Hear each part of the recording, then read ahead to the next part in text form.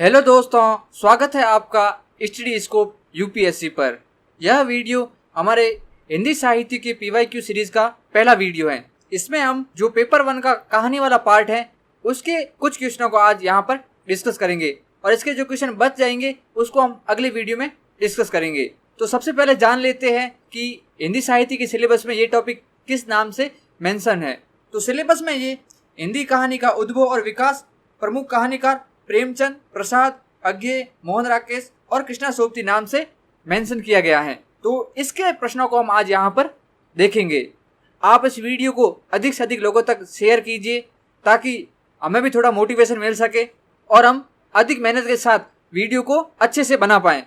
तो चलिए शुरू करते हैं। पहला प्रश्न है कि कृष्णा सोबती की कहानियां कच्छ का वैविध्य। यह प्रश्न 2017 में आया था। और दूसरा प्रश्न है महिला कथा साहित्यकार कृष्णा सोबती। यह प्रश्न 2001 में आया था। तो हम यहाँ पर देखेंगे कि ये दो अलग अलग क्वेश्चन है, इनका आंसर एक समान हम कैसे देख सकते हैं। अब मैंने इन दोनों क्वेश्चन का आंसर एक साथ ही लिखा है। तो समझते हैं कि प्रश्न में क्या पूछा गया है।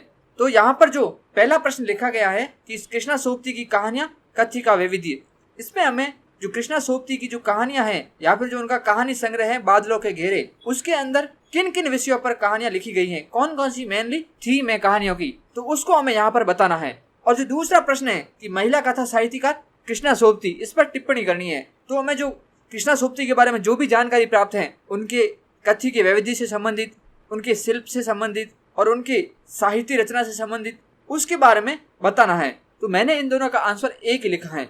तो सबसे पहले यहाँ पर समझते हैं कि इस टाइप के जो क्वेश्चन आते हैं, जैसे कच्छ का वैविध्य पूछ लिया या फिर टिप्पणी पूछ ली, उसपे हम आंसर कैसे लिखेंगे। उसकी एक स्पेसिफिक थीम होगी। अगर हमने एक थीम को जान लिया तो किसी भी प्रकार का इस टाइप का कोई भी क्वेश्चन आता है उसको हम इजीली हैंडल कर पाएंगे। जैसे कि कभी क्वेश्चन आ जाए यहाँ पर प्रेमचंद लिखा हुआ कि प्रेमचंद की कहानियां कच्छ का वैविध्य, या फिर आ जाए जयशंकर प्रसाद की कहानियां कच्छ का वैविध्य, या फिर ऐसे पूछ ले मोहन राकेश की कहानियां कच्छ का वैविध्य, तो किसी प्रकार से क्वेश्चन आ सकता है। लेकिन यदि हमारे पास इस प्रश्न की एक थीम है तो हम इजीली कैसा भी क्वेश्चन आए उसको हैंडल कर सकते हैं। अब इसकी स्पेसिफिक थीम क्या है, यदि इस प्रकार से कच्छ के वैविध्य पर प्रश्न आए तो हमें सीधा सा क्या बताना है कि जो उनकी कहानियां हैं उनमें उन्होंने किन किन विषयों पर कहानियां लिखी हैं, उसी के बारे में जानकारी देनी है। जैसे जो प्रेमचंद है उन्होंने विभिन्न सामाजिक समस्याओं पर कहानियां लिखी हैं, तो उनकी कहानियों की ये थीम हो गई। अब कौन कौन सी कहानियां हैं, दलित चेतना से संबंधित, स्त्री चेतना से संबंधित, कृषक समस्याओं से संबंधित, वृद्ध समस्याओं से संबंधित, बच्चों की समस्याओं से संबंधित, भ्रष्टाचार से संबंधित, तो इस प्रकार की कहानियां प्रेमचंद ने लिखी हैं। तो ये उनके कहानियों के जो कच्छ है उसका वैविध्य हो गया।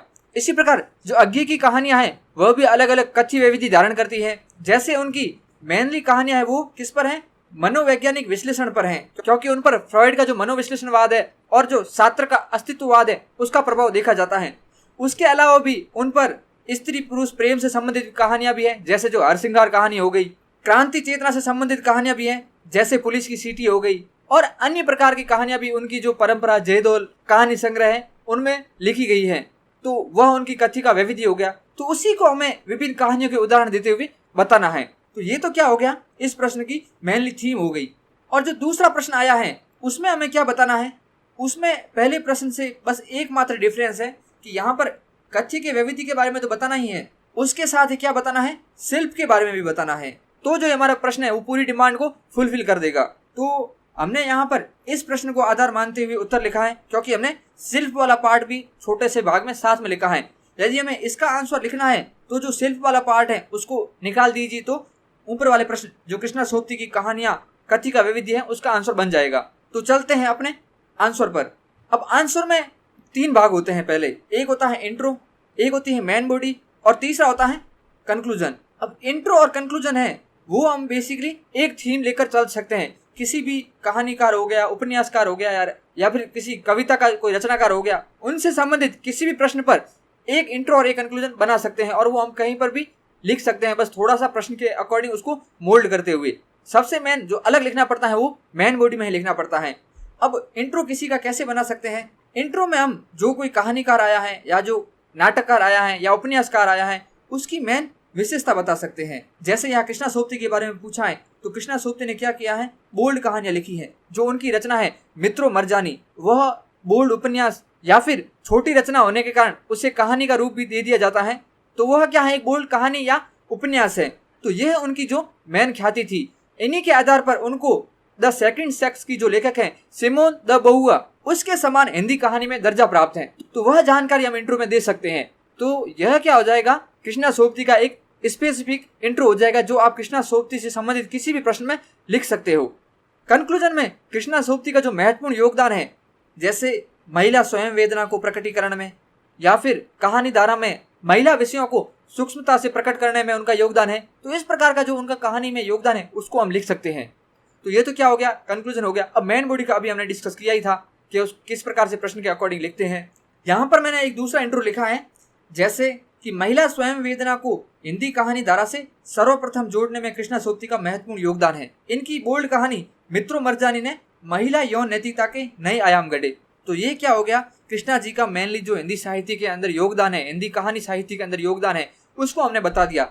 अब हमारा अगर इंट्रो बड़ा हो रहा है तो हम उसको वहीं पर एंड कर देंगे और नीचे लिख देंगे जो मित्रों मरजानी के बारे में थोड़ी सी जानकारी कि जो मित्रों मरजानी क्या है, स्त्री पर लादी गई यौन चेतनाओं का अतिक्रमण करता है। अब ये तो हो गया इंट्रो। अब मेन बॉडी में हम सबसे पहले क्या बताएंगे, यहाँ पर कच्छी का वैविध्य पूछा गया है या फिर कथा साहित्यकार के रूप में उनका परिचय पूछा गया है, तो हम उनके कहानी संग्रह का नाम बता सकते हैं, उनमें किन किन विषयों के बारे में लिखा गया है उसी को ही बताएंगे। क्योंकि यहाँ क्या पूछा है, कच्छी का वैविध्य, तो कृष्णा जी ने मेनली किन किन विषयों पर कहानियां लिखी हैं, तो कृष्णा जी ने मेनली 3 विषयों पर कहानियां लिखी है। उनका जो कहानी संग्रह है बादलों के घेरे, उसमें 3 प्रकार की कहानियां देखने को मिलती हैं। पहले प्रकार में है स्त्री और पुरुष के प्रेम संबंधों पर, और दूसरे वर्ग में उन्होंने कहानियां लिखी हैं स्त्री और उसके परिवेशगत संबंध से संबंधित कहानियां लिखी हैं, और तीसरे वर्ग में उन्होंने देश विभाजन से संबंधित कहानियां लिखी हैं। उसके बाद जो देश विभाजन के कारण जो त्रासदी हुई उस पर कहानियां लिखी हैं। तो ये हो गया उनका कच्छी का वैविध्य। इसी को हमें यहाँ पर बताना है, जो कि पहले प्रश्न का आंसर हो जाएगा। उसके साथ में हम यदि इनके शिल्प के बारे में बता देंगे, इनकी भाषा किस प्रकार की थी, इनकी कहानी में चरित्र चित्रण किस प्रकार का था, इनकी कहानियों में संवाद योजना किस प्रकार की थी, उसको यदि बता देंगे तो हमारे दूसरे पार्ट का आंसर भी बन जाएगा। ये तो यहाँ पर हमने इन दोनों प्रश्नों को अच्छे से समझा है। तो हमें प्रश्न को पढ़ते ही ये दिमाग के अंदर सबसे पहले उस प्रश्न की थीम बनानी है कि हमें इसका आंसर किस प्रकार से लिखना है। तो जो ये वर्ड है ये हमारे दिमाग के अंदर उस टाइम आ जाने चाहिए आंसर लिखने से पहले। तो आप यहाँ पर देख रहे होंगे कि इस पैराग्राफ में मैंने उनकी कहानी संग्रह का नाम बता दिया है और कहानी संग्रह में कितने वर्गों में कहानियां विभाजित हैं उसके बारे में जानकारी दे दी। अब मैं अलग अलग पैराग्राफ में उन तीनों वर्गों को लिखूंगा कि कौन कौन से तीनों वर्ग है, और उस वर्ग की जो कहानियां हैं उनके उदाहरण भी साथ में लिखूंगा। जैसे यहाँ पर पहले वर्ग की कहानियों के बारे में लिखा है स्त्री और पुरुष और प्रेम संबंधी कहानियां, जिसमें उदाहरण है कुछ नहीं कोई नहीं, बादलों के घेरे और पहाड़ों के साई तले। दूसरे वर्ग में स्त्री और उसके परिवेशगत संबंध से संबंधित कहानियां लिखी हैं, जिसमें कुछ उदाहरण है बदरी बरस गई आजादी समूजान की, इसके बारे में लिख सकते हैं। और तीसरे वर्ग में उन्होंने कहानियां लिखी है अविभाजित पंजाब और देश विभाजन से संबंधित, जिसमें एग्जाम्पल है सिक्का बदल गया या फिर डरो मत।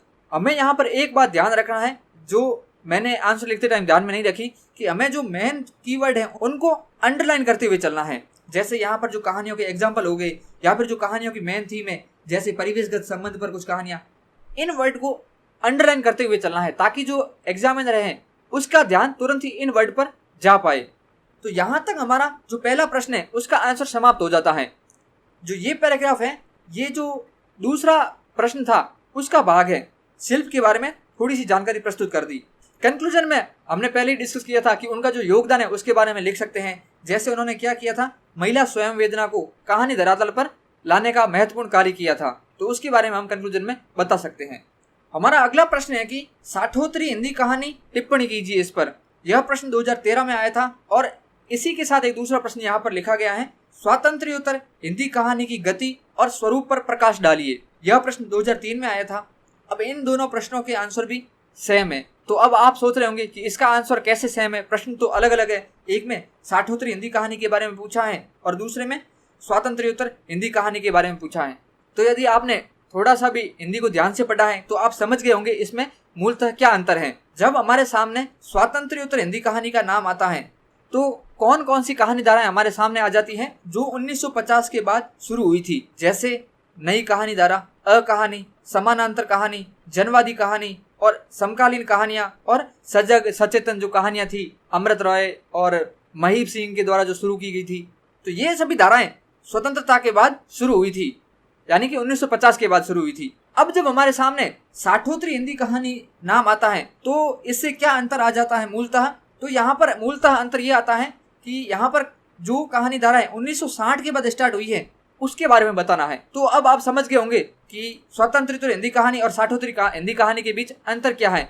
यहाँ पर सिर्फ एक ही अंतर है कि जब हमें साठोत्तरी हिंदी कहानी के बारे में लिखना है तब हमें नई कहानी आंदोलन के बारे में नहीं बताना है, और जब हमें स्वातंत्र्योत्तर हिंदी कहानी के बारे में लिखना है तो यहाँ पर नई कहानी आंदोलन के बारे में भी साथ में बताना है। बस यही मूलतः अंतर है यहाँ पर। तो यहाँ पर इस प्रश्न में हमें क्या बताना है कि स्वतंत्रता के बाद जो भी कहानी धाराएं शुरू हुई है, जैसे नई कहानी आंदोलन, अकहानी, समकालीन कहानी आंदोलन और जनवादी कहानी आंदोलन हो गया, समानांतर कहानी आंदोलन हो गया, इनके बारे में जानकारी देनी है। और साथ में यह भी ध्यान रखना है कि सिर्फ और सिर्फ इनके कथ्य के बारे में जानकारी नहीं देनी, इनके शिल्प को भी साथ में बताना है। कथ्य प्लस शिल्प, यानी कि इन कहानियों की मूल संवेदना क्या होती थी, ये मूलतः किन विषयों पर केंद्रित होकर लिखी जाती थी, और साथ ही साथ इन कहानियों का शिल्प कैसा होता था, इन कहानी के कहानीकार शिल्प के प्रति सजग होते थे या नहीं होते थे, या फिर ये किस प्रकार का शिल्प रखते थे, उसको भी साथ में बताना है। यदि हमने यहाँ पर शिल्प के बारे में जानकारी नहीं दी तो जो हमारा आंसर है वो अधूरा हो जाएगा। तो इस बात का स्पेसिफिक ध्यान रखना है। जब भी सीधा प्रश्न आए जिसमें अलग से स्पेसिफिक नहीं पूछा जाए कथ्य के बारे में लिखिए या फिर शिल्प के बारे में लिखिए, तब तक हमें इन दोनों के बारे में जानकारी देना बहुत ही ज़्यादा महत्वपूर्ण होता है। और साथ में एक और बात का ध्यान रखना है कि यहाँ पर पूछा है गति और स्वरूप पर प्रकाश डालिए। इनका शुरुआत का क्रम है उसको ध्यान में रखते हुए उत्तर को लिखना है। जैसे सबसे पहले नई कहानी आंदोलन के बारे में बताना है, उसके बाद अकहानी के बारे में बताना है, उसके बाद समानांतर कहानी धारा के बारे में बताना है, और उसके बाद जनवादी कहानी आंदोलन के बारे में बताना है, और फिर जो समकालीन कहानी आंदोलन है उसके बारे में जानकारी देनी है। तो ये सब चीज़ें जब हम प्रश्न पढ़े उसी टाइम हमारे दिमाग में आ जानी चाहिए।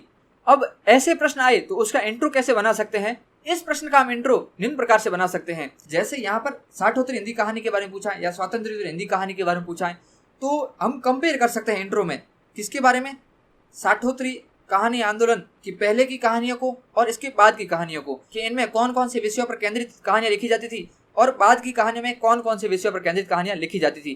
तो इस प्रकार का इंट्रो यहाँ पर हम लिख सकते हैं। जैसे यदि प्रश्न इस प्रकार का भी आ जाए कि हिंदी कहानी धारा में प्रेमचंद ने कहानियों की कथ्य का वैविध्य किया, तो इस प्रकार के प्रश्न में भी इंट्रो इसी प्रकार से लिखना है कि प्रेमचंद से पहले किस प्रकार की कहानी लिखी जाती थी, उनके कथ्य में कौन कौन से विषय होते थे और प्रेमचंद के द्वारा कौन कौन से नए विषय लाए गए हैं। तो ऐसी जानकारी से हम इंट्रो की शुरुआत कर सकते हैं।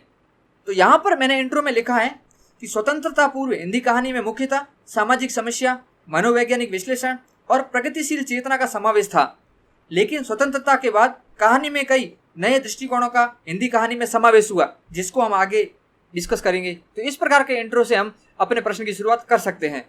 अब मेन बॉडी में हमें जो आज़ादी के बाद से जो कहानी धाराएं स्टार्ट हुई हैं उनके कथ्य के बारे में और उनके शिल्प के बारे में बताना है। तो जैसे इस पैराग्राफ के अंदर नई कहानी आंदोलन के बारे में लिखा है, तो यहाँ पर जो नई कहानी आंदोलन का मुख्य संवेदना थी कि आज़ादी से हुए मोहभंग से इस आंदोलन का सूत्र हुआ तथा इससे संबंधित कहानियां यहाँ लिखी जाती थी। मेन कौन इनके कहानीकार होते थे उसके बारे में बता सकते हैं, जैसे जो मोहन राकेश हो गए, कमलेश्वर हो गए। और यहाँ पर एक बात और ध्यान रखना है कि इनकी एक एक कहानियों को आप कोष्टक में साथ में लिख सकते हैं। मैंने लिखा नहीं है क्योंकि उस टाइम लिखते टाइम थोड़ा ये मिस हो गया था। जैसे मोहन राकेश की कहानी है एक और जिंदगी, कमलेश्वर की कहानी है खोई हुई दिशाएं, निर्मल वर्मा की कहानी है परिंदे, और राजेंद्र यादव की कहानी है जो टूटना, उसके बारे में साथ में यहाँ पर लिख सकते हैं।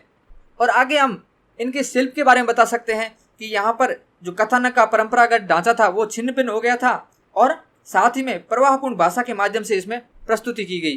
तो ये थोड़ा सा शिल्प के बारे में भी जानकारी हो गई। अब अगले पैराग्राफ में अकहानी के बारे में बताना है। यहाँ पर हम ऊपर वाले पैराग्राफ है उससे कनेक्ट करते हुए चलेंगे कि जो अकहानी आंदोलन है वो किसके विरोध में आया था, नई कहानी आंदोलन के विरोध में आया था, ताकि जो उत्तर का प्रवाह बना रहे। और इन कहानियों की मूलतः क्या संवेदना थी कि इनमें जीवन मूल्यों के प्रति तिरस्कार का भाव था, शिल्पगत अमूर्तता का समावेश था। तो हमने यहाँ पर शिल्प के बारे में भी बता दिया। और इस तरह के जो कहानीकार हैं उसके बारे में और उनकी रचनाओं के बारे में बता सकते हैं, जैसे कि जो गंगा प्रसाद विमल हो गए जिन्होंने इस कहानी धारा की शुरुआत की थी, और दूधनाथ सिंह, और उनकी कहानी रीच हो गई। और उसके बाद इसके बाद जो कहानी धारा शुरू हुई थी समानांतर कहानी आंदोलन, जिसे कमलेश्वर द्वारा शुरू किया गया था, यह जानकारी दे सकते हैं। और साथ ही में उसकी मूल संवेदना क्या थी, आम आदमी को केंद्र में रखकर आम आदमी के संघर्ष और इसकी विरोधी शक्तियों को पहचानना था। और इन कहानियों का शिल्प कैसा था कि इनकी भाषा सरल, सहज व वेदक होती थी। साथ ही शिल्प का कोई विशेष आग्रह नहीं होता था, बट इन्होंने शिल्प का ध्यान भी रखा था। इस कहानी धारा के फेमस कहानीकार हैं जवाहर सिंह, स्वदेश दीपक, और उनकी कहानियों के बारे में भी यहाँ पर लिखा गया है, जैसे तमाशा हो गई या फिर गुस्से में आदमी हो गया। और इसके बाद 80 के दशक में एक नया आंदोलन आया जिसे जनवादी लेखक संघ द्वारा शुरू किया गया था और जनवादी कहानी धारा के नाम से प्रचलित हुआ। और इनके कहानियों की जो मूलतः थीम थी वो प्रगतिवादी आंदोलन के समान थी, अर्थात यहाँ पर मार्क्सवाद से प्रेरित कहानियां लिखी जाती थी। जैसे यहाँ पर किसान और मजदूर संघर्ष से संबंधित कहानियां लिखी जाती थी। और शिल्प में यहाँ पर लिख सकते हैं कि कथ्यानुसार शिल्प व भाषा का प्रयोग किया जाता था। और जो कहानीकार थे जैसे संजीव हो गए और शिव मूर्ति, उनके बारे में जानकारी दे सकते हैं। और यहाँ पर जो मेन वर्ड है उनको अंडरलाइन करना ही करना है, इस बात का स्पेसिफिक ध्यान रखना है। और साथ ही में जो छोटी मोटी धाराएं शुरू हुई थी जैसे सचेतन हो गया, सहज हो गई और सक्रिय कहानियां, उसके बारे में भी थोड़ा सा बस बता सकते हैं। और उसके बाद जो समकालीन कहानी आंदोलन है उनमें किन किन विषयों पर कहानियां लिखी जाती हैं, जैसे कि उदारीकरण, वैश्वीकरण, राजनीतिक भ्रष्टाचार, सांप्रदायिकता, वृद्धावस्था जैसी सामाजिक समस्याएं, इन पर कहानियां लिखी जाती है। और इनके उदाहरण हो गए जैसे संजीव की काउंटडाउन, राजनीतिक भ्रष्टाचार पर प्रभात रंजन की जानकी फूल, सांप्रदायिकता पर गीतांजलि श्री की बेलपत्र, इस प्रकार के एग्जाम्पल को साथ में यहाँ पर लिख सकते हैं। और कंक्लूजन में हम अब सब कहानियों के बारे में लिखना है तो इस प्रकार लिख सकते हैं कि इस प्रकार जो हिंदी कहानी का आज़ादी के बाद विकास हुआ और जो कहानियाँ थी वो मूलतः समय और तत्कालीन समस्याओं पर केंद्रित होती थी। तो छोटा सा कंक्लूजन हमारा ये हो गया। तो इस प्रकार से हम अपने उत्तर की समाप्ति कर सकते हैं। हमारा अगला प्रश्न है, प्रेमचंद की कहानियों का मूल स्वर टिप्पणी कीजिए। यह प्रश्न 2021 में आया था। और इसके साथ ही प्रश्न है, प्रेमचंद की कहानियां व्यापक सामाजिक आधार पर विकसित हुई है, कथन की समीक्षा कीजिए। अब ये कथन दिया गया है जिन्होंने प्रेमचंद की कहानियों के बारे में बताया है कि उनकी कहानियां व्यापक सामाजिक आधार पर विकसित हुई हैं। अब हमें इस कथन को प्रूव करना है कि लास्ट में जाके कि ये बात है, इति सिद्धम, ये बात सही है। तो अब यहाँ पर आप सोच रहे होंगे कि ये प्रश्न दोनों अलग अलग है, इनका आंसर एक कैसे होगा। यहाँ पर जो ये दोनों प्रश्न है वो भी एकदम सेम टू सेम है, कोई फर्क नहीं इन प्रश्नों में। जैसे जो 2007 वाला प्रश्न है उसमें कहा गया है कि प्रेमचंद की कहानियां व्यापक सामाजिक आधार पर विकसित हुई है।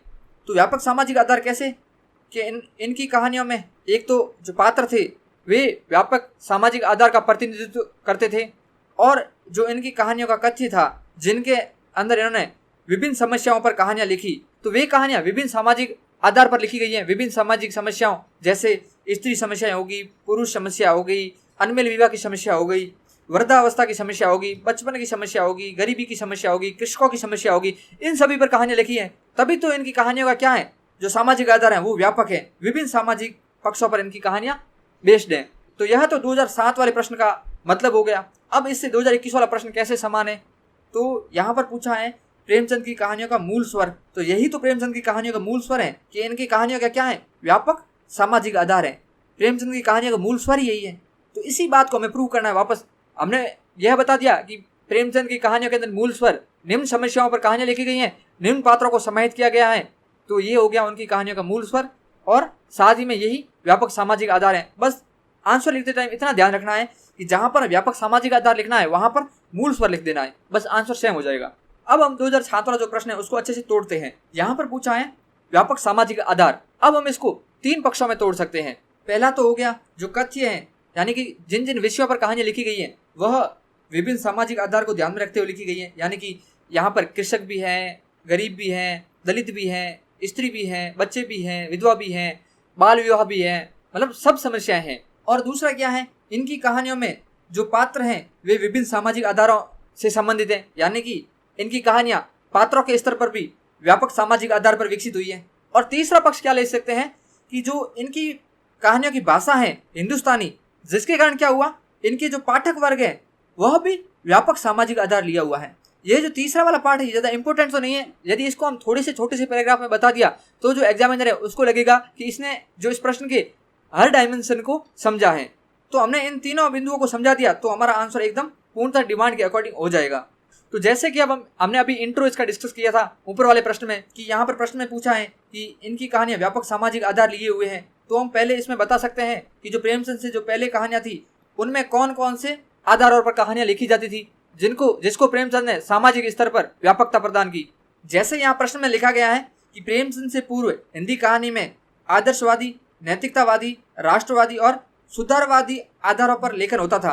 प्रेमचंद ने कहानियों में तत्कालीन सामाजिक समस्याओं का समावेश कर कहानी धरातल को विस्तृत बनाया। तो इस प्रकार से हम इंट्रो को तुलनात्मक आधार पर लिख सकते हैं। अब हम आगे बताएंगे कि जो प्रेमचंद की कहानियां हैं वो विभिन्न सामाजिक आधारों पर लिखी गई है। और सामाजिक आधार कौन कौन से हैं? महिला हो गए, दलित हो गए, किसान हो गए, बच्चे हो गए, वृद्ध हो गए, इनसे संबंधित है। और इनके एग्जाम्पल भी कहानियों के साथ में यहाँ पर लिख देंगे। जैसे यहाँ पर लिखा गया है नन्हो बड़े घर की बेटी, महिलाओं से संबंधित, दलित से संबंधित सदगति हो गई, किसान से संबंधित पूछ की रात हो गई, बच्चों से संबंधित ईदगाह हो गई, या फिर जो दूध का दाम हो गई, और वृद्ध से संबंधित क्या होगी? बूढ़ी काकी। तो यहाँ पर इसके बारे में बता सकते हैं। आगे हमें बताना है कि इनसे संबंधित प्रत्येक जो सामाजिक समस्या है उसको आधार बनाकर कैसे प्रेमचंद ने कहानियां लिखी और उन कहानियों के एग्जाम्पल देने हैं। जैसे कि आगे लिखा गया है कि इन विभिन्न सामाजिक वर्गों की सहायता से, जो अभी ऊपर देखे गए थे, उनके आधार पर समाज की हर समस्या को छूने का प्रयास प्रेमचंद ने अपनी कहानियों के माध्यम से किया। जैसे पूछ की रात और कफन कहानी के माध्यम से गरीबी की समस्या की वास्तविकता को उजागर किया, बड़े घर की बेटी और अलगीजा कहानी के माध्यम से पारिवारिक टूटन की समस्या, सदगति के माध्यम से जातिगत भेदभाव की समस्या, सभ्यता का रहस्य के माध्यम से शोषण और न्याय के लिए संघर्ष जैसे मुद्दों को संबोधित किया। अब ये पैराग्राफ बड़ा हो रहा था तो हम इस पैराग्राफ को यहीं पर अंत कर देंगे और अपनी बात को आगे नए पैराग्राफ में जारी रखेंगे।